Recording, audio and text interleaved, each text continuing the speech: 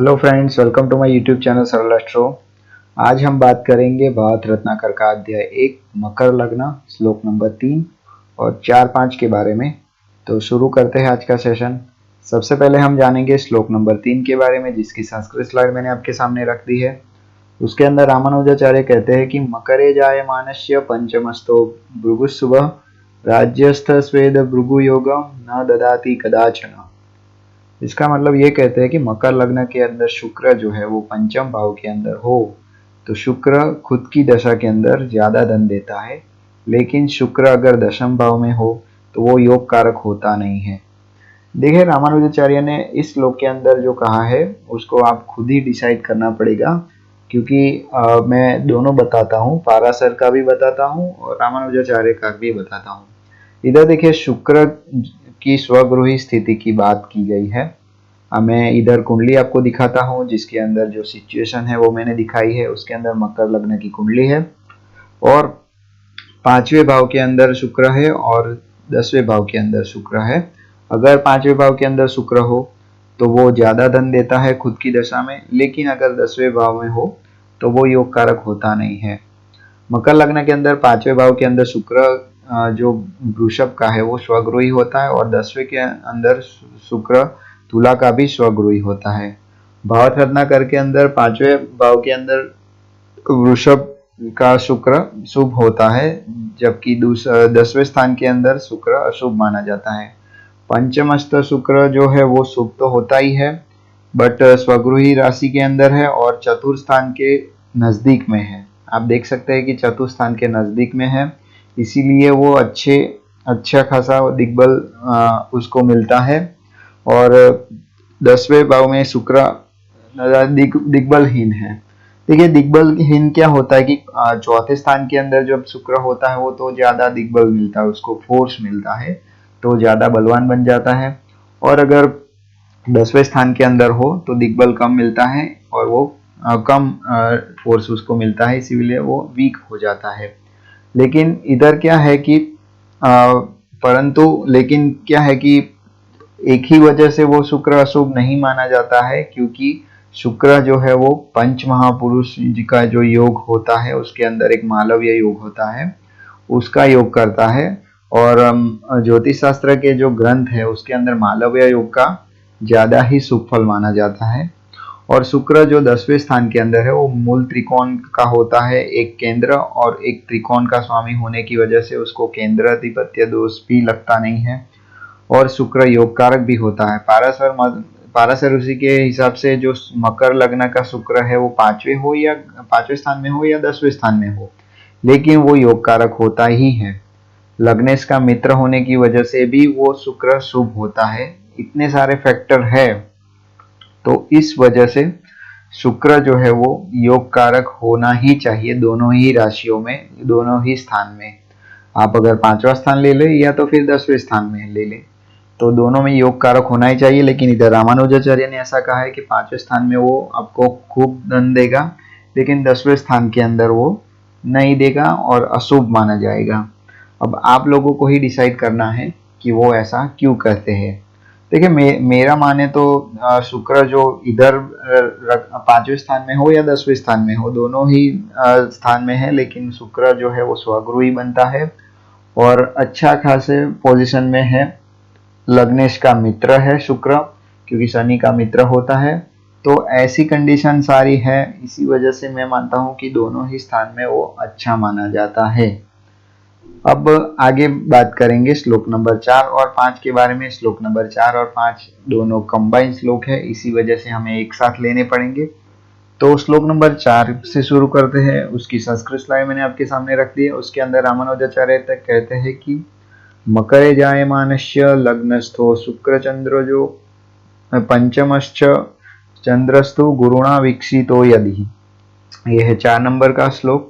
और 5वां नंबर का श्लोक है, उसके अंदर रामानुजाचार्य कहते हैं कि मंडलाधीश्चरो राज भवत्येव न संशय बृहज्जातक योगोदहम महाराजक संज्ञ। तो इसका मतलब ये है कि मकर लग्न के अंदर शुक्र और बुध लग्न के अंदर हो और 5वें स्थान के अंदर बैठा हुआ चंद्र है, उसके ऊपर गुरु की दृष्टि हो, तो वो मंडलाधीश्वर बनता है, राजा होता है। मांडलिकों का स्वामी जो होता है वो मंडलाधीश्वर होता है, उसका स्वामी होता है। और बृहद जातक के अंदर इस योग को महाराजक का नाम दिया गया है। अब एग्जाम्पल के तौर पे हमने जो कुंडली में दिखाई है वो सब कंडीशन देखेंगे। तो देखिए इधर मकर लग्न की कुंडली है, लग्न के अंदर शुक्र बुध है, जैसे कि इधर दिखाया गया है कि लग्न के अंदर शुक्र बुध होने चाहिए, और पांचवें स्थान के अंदर बैठा हुआ चंद्र है, उसके ऊपर गुरु की दृष्टि होनी चाहिए। तो गुरु कहाँ कहाँ बैठा हुआ हो तो वो दृष्टि करता है। तो देखिए मैंने इधर 3 कंडीशन दिखाई है गुरु की। अगर ये 3 स्थान के अंदर गुरु बैठा हुआ हो तो वो डायरेक्टली चंद्र के ऊपर दृष्टि करेगा, क्योंकि आपको पता है कि गुरु की 3 दृष्टि है, 5, 7 और 9। तो ये तीनों दृष्टि कहाँ कहाँ होगी, तो देखिए सबसे पहले तो फर्स्ट हाउस के अंदर हो गुरु तो वो चंद्र के ऊपर दृष्टि करेगा, 5वीं। फिर होगा कि जो हमारा जो 9वां स्थान है भाग्य स्थान, उसके अंदर बैठा हुआ हो तो वो 9वीं दृष्टि करेगा चंद्र के ऊपर। और फिर 11वें स्थान के अंदर बैठा हुआ हो तो वो 7वीं दृष्टि करेगा चंद्र के ऊपर। अगर ऐसी आपकी कुंडली के अंदर आप ऐसी कंडीशन बनती है, शुक्र बुध है लग्न के अंदर और गुरु कहीं भी बैठा हुआ हो, इस स्थान में बैठा हुआ हो और चंद्र के ऊपर दृष्टि करता हो, चंद्र अगर 5वें स्थान के अंदर हो, तो फिर वो जातक जो है वो मंडलाधीश्वर बनता है, वो मांडलिकों का स्वामी राजा होता है। और बृहद जातक के अंदर इस योग को महाराजक के नाम दिया हुआ है। मकर लग्न के अंदर जो शुक्र होता है वो पंचमेश और दशमेश होता है, जो योग कारक है।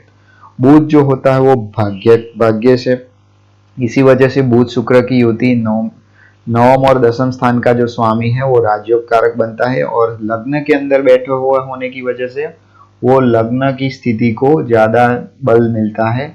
चंद्र जो है वो सप्तमेश होके पंचम स्थान के अंदर बैठा हुआ है, केंद्र का स्वामी होके त्रिकोण के अंदर बैठा हुआ है। बुध लग्न का होने की वजह से, लग्न में होने की वजह से चंद्र से दूर है, आप देख सकते हैं। इसी वजह से चंद्र भी क्षीण नहीं है, इधर क्षीण यानी वीक नहीं है। और खुद का जो मित्र है गुरु, वो नैसर्गिक शुभ ग्रह के दृष्टि से वो शुभत्व उसको ज्यादा मिलता है। वृषभ राशि के अंदर चंद्र उच्च का होता है, आप देख सकते हैं कि वृषभ राशि के अंदर चंद्र उच्च का होता है। चंद्र स्थित राशि का स्वामी लग्न की होने की वजह से चंद्र को भी बल मिलता है। आप देख सकते हैं कि देखिए चंद्र जो है वो वृषभ राशि के अंदर बैठा हुआ है, चंद्र इधर उच्च का है। और सेकंड हाउस, फिफ्थ हाउस का मालिक जो है वो भी कौन सा है, शुक्र है। तो शुक्र को भी ज्यादा बल मिलता है। और वो शुक्र जो है वो इधर इस कुंडली के अंदर योग कारक है, क्योंकि वो 5वें और 10वें स्थान का मालिक है। 10वें स्थान का और 9वें स्थान का कॉम्बिनेशन आप देखेंगे तो वो बुध शुक्र है। बुध शुक्र का कॉम्बिनेशन जो है वो लग्न के अंदर बैठा हुआ है। ये सारे फैक्टर एक साथ जब होते हैं तो जो जातक है, अगर आपकी कुंडली के अंदर ऐसी कंडीशन बनती है तो वो जातक जो होता है वो मंडलाधीश्वर बनता है, मांडलिकों का स्वामी बनता है और राजा होता है। बृहद राजा जातक नाम का एक ग्रंथ है, उसके अंदर इस योग को महाराजक का नाम दिया गया है।